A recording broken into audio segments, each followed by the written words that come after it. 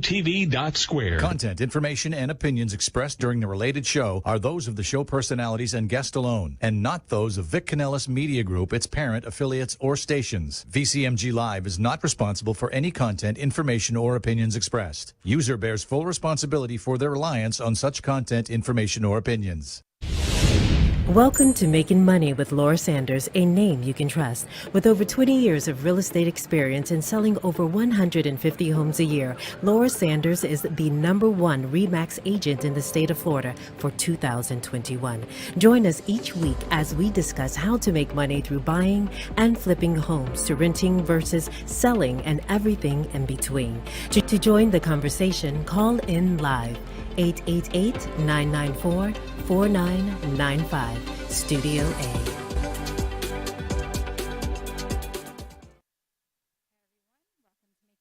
Laura Sanders, and I am Laura Sanders. Every week we talk about something that will help you make a little money, save a little money, or just help you navigate this crazy world that we live in. And today we're going to talk with Brandon Felder from Goosehead Insurance, and we're going to be talking about flood insurance and your condo. Does your condo have flood insurance? And if it doesn't have flood insurance, what does that mean for you? So, welcome, Brandon. Thank you for having me. I appreciate it. Thank you for being with us. So, as a realtor, and I know you have a license too, we're not going to let anybody know that, but you having a license, we've come across where sometimes a condo doesn't even have flood insurance. And, that's something that I think people need to become aware of, is that, does your condo have flood coverage? Is it enough coverage? And another thing that's going on is that the flood policies, they're doing remapping, and that's changing as well. So that's going to have an effect. And I also believe, as it keeps spiraling, the flood is going to have an effect on citizens too. If you have a policy with citizens, you're going to be mandated to get flood insurance, whether or not you're in a flood zone or not, correct? Yes. Now that is specific to regular homeowners policies, like a single family home, not on condo. So Okay. as far as flood insurance goes, let's talk about what flood means, because there's a lot of confusion here. And a lot of times people think, well, my water heater busted and there's water all over my house, so I had a flood. No, in terms of insurance, flood is, as you know, Laura, it is rising water from the outside. So it rains a bunch and then water comes up your driveway, up your doorstep, into your house. That's flood. Now, it's also important to note that if a hurricane comes and your roof starts leaking and your house gets flooded, that's not flood, because it's not rising water from the outside. So a little bit of clarification that I think is important to note there. Okay, that is definitely helpful, because yes, a lot of times people think, oh yeah, my washing machine broke and now I have water all over my house, and like, oh, my flood insurance will cover that. No, flood is something that's more of a natural thing, something that happens from, like you said, from the rain rising too high into your home. So it's not from the rain coming from from coming into your home, because that isn't rising water. So that is something that I think is a misconception for a lot of people, understanding what flood insurance really is. Now, some of the things that recently that I never really thought about until we started having these floods here in South Florida, even a few weeks ago, Aventura was completely, like knee level high in water. So if your car was you lived in a condo and your car was parked underneath the building, some people lost their cars. Like, they were totally water damaged. So I guess, how does that affect your car, right? And is that covered under, would that be covered under the policy of the flood for the building? These are all, questions that one might ask, is that, how do you utilize your coverage from your condo, and do all condos that are out east have flood insurance? Are they required? Yeah, so the auto insurance or auto question is a little bit separate. your flood policy is a property policy. It's not an auto policy. Just like if your car is parked in your garage, and you have a flood, your car is generally not going to be covered under your homeowner's insurance policy. Now, it is usually covered under your auto insurance policy as long as you have, the right coverages there. But as far as do condos have flood insurance? Well, it's the responsibility typically of the condo association to get flood insurance. Most people do not buy flood insurance for just their condo unit, especially when you're on second, third, fourth, fifth, 20th floor. You really don't need it. Now, on the first floor, some people like to choose to buy their own flood insurance, but it's typically in a master flood policy by the association. And so when you're buying a property, or if you just don't know and you're living in a condo, it's important to get with the association, get with the property manager, make sure that you're aware of what flood coverage is provided by the association. So recently, I actually had a situation where I had a listing that was pretty east, because it was east of Dixie Highway. And what was going on is that the building did not have flood coverage. Now, I was able to go back to the building and show them how inexpensive the coverage was. It was actually under $2,000 for the entire building, which I thought was actually phenomenal. And we actually were also able to show them a Florida statute that required that they carry flood insurance. And a lot of people are not aware of that. So I think sometimes you have to go to these associations and show them that they're required by law most times if they're in if they are in a flood area and they're not holding flood insurance, they are required by law to have it. It is a federal statute. Well, it's good that they have it. Now, if those things are being enforced, that's another, totally different conversation. But yeah, any person in a condo, and I mean, I'm guilty of this. I used to own a condo. I would never go to those board meetings. Like, it's the last thing I want to do on a Tuesday night. I want to go eat dinner and hang out with my family. But going to those are actually becoming ever more important. It's so important to be involved in those things because, like you said, there's people that don't have any insurance, and then there's also boards that are run by people that their brother is the insurance agent and they're jacking up the fee so that they can get a higher commission. Like, that stuff happens all the time. And so going to those things are really, really important. Yeah. And that's the other thing when you're saying about going to these meetings and knowing what's going on. It's funny that, I list a lot of condos. So I'm always asking the owners, can you get me the budget? I'd like to review the budget. Now, I know the budget has nothing to do with the flood insurance. However, you'll find it on the budget if it's there, right? But a lot of times these, they're saying, that, oh yeah, we have reserves, we're fine, but they don't understand specifically what that means. So you might have a line item for collecting reserves, but is it enough reserves in order for, now Florida is a totally different animal. And of course, we're in Florida, so we're talking about Florida. It is a different animal when it comes to condos versus other areas. So I'm sure insurance here, you insurance agents can make a lot more money here than you can in Minnesota. I mean, I'm guessing. I don't know because it's just on. What? 4 people there. Because there's only 4 people there. What? I said probably we can make more money here than Minnesota because there's only 4 people there. Yeah. Well, it's funny because I was just on the phone with a client on the way here, and he was just calling. He was trying to buy a property in another state. Somewhere I was like, what made you pick there? Like, it was some arbitrary place, right? And he's like, well, I picked it because he's like, oh my God. He's like, taxes are like $2,000 the entire year. And then he was like, insurance is like $400 for the entire year. I'm like, what?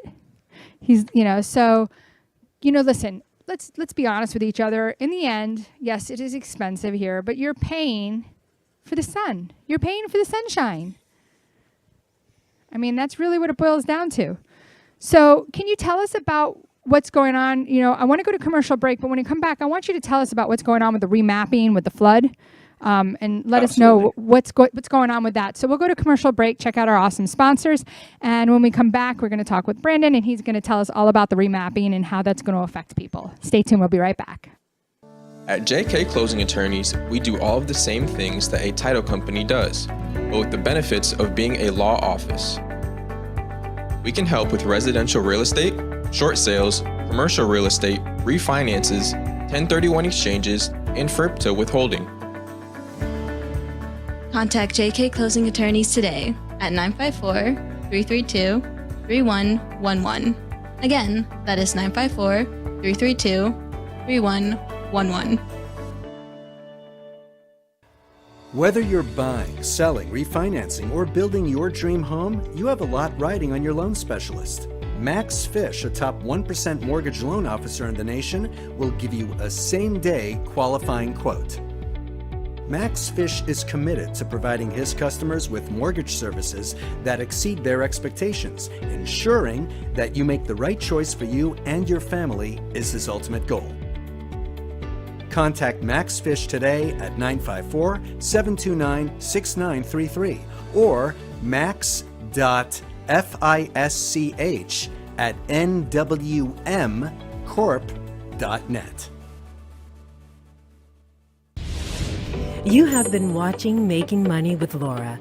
For more information, contact Laura Sanders at 954-650-0827 or visit her website at laurasell.com. And now back to the show.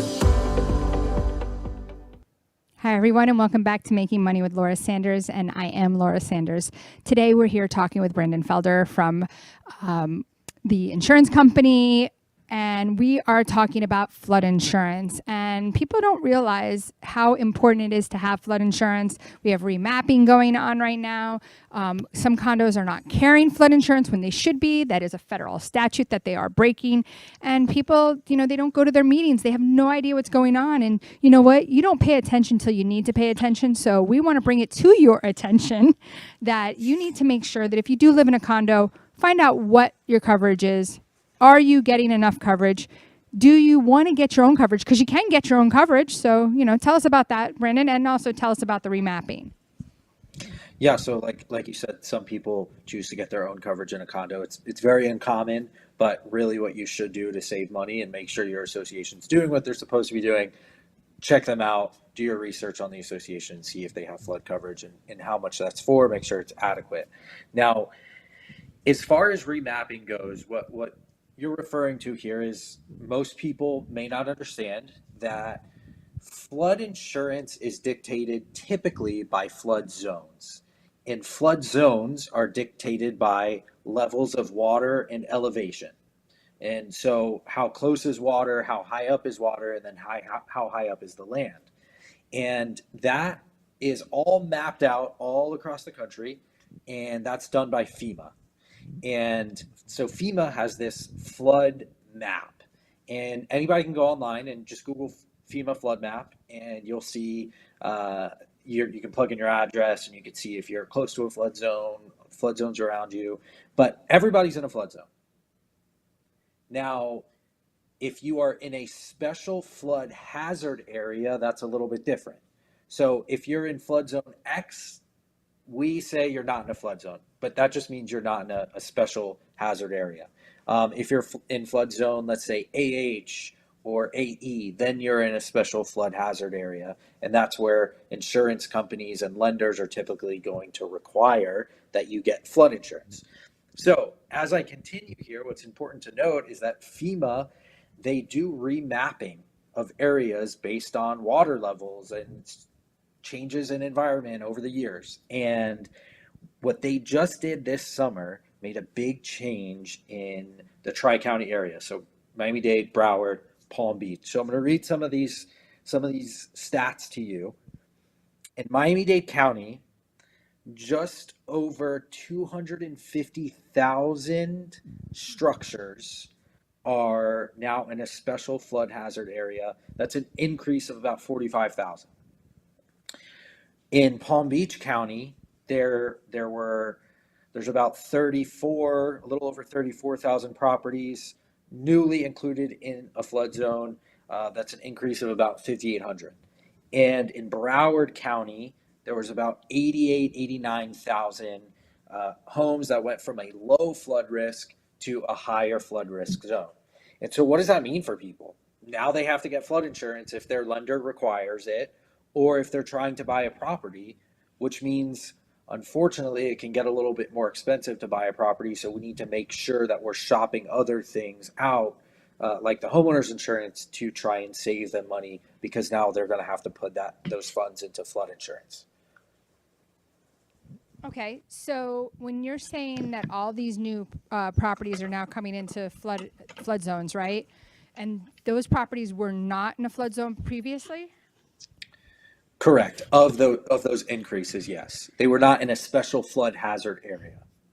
But did they have any likelihood of flooding at all?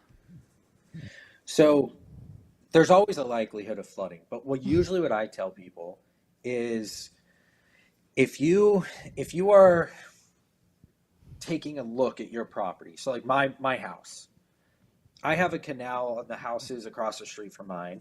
I'm not in a flood zone X, and my property is built up. So the water everywhere around has to come up so far. Plus, it's like another 4 to 6 inch doorstep that it has to go up before it could get into my house. It's a lot of water. So in most scenarios, it's probably unlikely to happen. Now, the other thing is I live out west. Out west, Coral Springs, Parkland, those cities were built with much better drainage than like Fort Lauderdale. It's a lot older, and the drainage just isn't there. And so it really depends on the property, but also the area. Which I find that interesting because of being in the Everglades, right, versus being in Fort Lauderdale. Like, why is it more likely that it floods out there? Is that because we were built so much later and they knew about drainage? Like, for instance, a lot of times I have clients that look at a house and it's on a lakefront canal, whatever you want to call it, right? So right away, like a New Yorker will say, oh, is this going to flood? Is this in a flood zone? I'm like, it's actually not. And that water that's in that canal is actually managed by the water district. And the water district knows that when rains are coming, like, and they tell you in Fort Lauderdale, we're getting 10 inches of water, right? Which you'd rather have 10 inches of snow before you have 10 inches of water. But, you say you get, what? I don't know. Snow. I mean, like, water, like, that really damages your house inside. But you're getting 10 inches of water. They know that they can lower those, canals and those lakes and let them drain out. Recently, we didn't have that issue. They were so low that it was ridiculous that they were begging for water. But, I get a lot of people asking those questions. But let's just go back for a minute to, like we were talking about, you said car insurance is going to cover your car when it's in a flood. Is there any, like, stipulations to that? I mean, is that just part of, like, is there any, when you go to your house, like, flood insurance is only like $250,000. So you're going to lose a lot more, and they're not even putting you up somewhere else. So people that lived last year in Fort Lauderdale, the damage was so significant that these people had nowhere to live. They weren't getting reimbursed for living costs, and their homeowner's insurance wasn't covering it because it was all because of flood. So the only insurance coverage was their flood, which is a max of $250. So what do people do? Just to skip over the auto, and auto is important in just a couple words. Yeah. If you have the coverage, then usually you're covered. But what's important to note is that most people purchase flood insurance through the National Flood Insurance Program, because it's a government-run program, and it's usually a little cheaper for flood insurance. Now, the max that they're usually going to give is $250,000 for a structure, and then $100,000 in contents, so belongings inside your property. But there's two other options if you wanted more coverage. And one of them is to go to a private flood market or carrier, which I have access to a ton of those. There's a lot of them out there because flood's a big topic right now. And sometimes for close to the same price, maybe a little bit more, depending on the area and flood zone, you can purchase some of those extra ancillary coverages like replacement cost on your contents or funds to provide you a place to stay in the event that you can't live in your property due to a claim. Another one is pools, coverage for the pools, because sometimes pools, they'll like pop up or they'll get really messed up because of the flood and all the water that causes damage there. So there's a private flood option, but then there's also what we call an excess flood option. And so you get your minimum national flood insurance, $250,000, and then we can put a second policy on top of that, up to whatever limit you want. Let's say it's a $750,000 house cost to rebuild. We can get you a second $500,000 policy to cover that gap. Really? What's the cost for like the cost difference on average? Let's just use like, because listen, I get it. Once you even get to $1 million home, that changes everything too. So let's just take an average 750 house. Well, you know what I'm going to say, Laura. It depends on where it's at and the company I put it with, all of those things. I mean, I would say in a decent area, you know, $1,000 to $2,000 a year. More. It really, there's so many variables.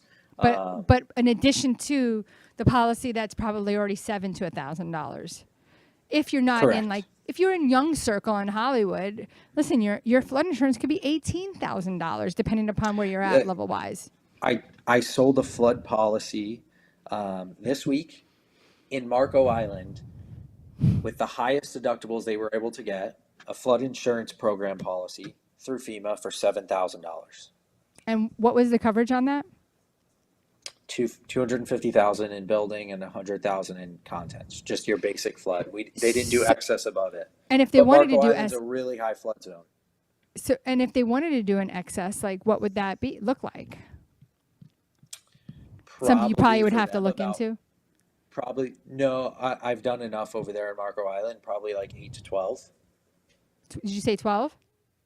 8 to 12. 8 to 12. Okay. 8 to 12,000 more?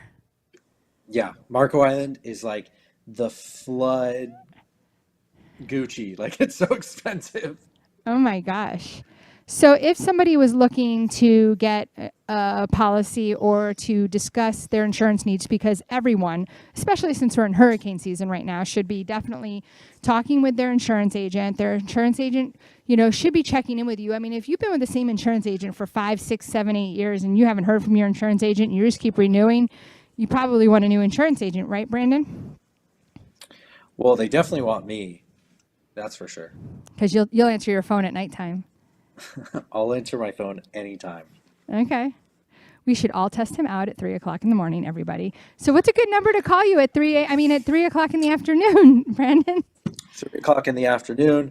My phone number is 954-326-9842. That is my cell. You can text me there like Laura, usually at 1 a.m. She'll text me first before calling. But we get it done. And what's a good website if they wanted to take a look at your website? So I need to update my website. Probably not a great question, but Goosehead Insurance or goosehead.com /Brandon-Felder.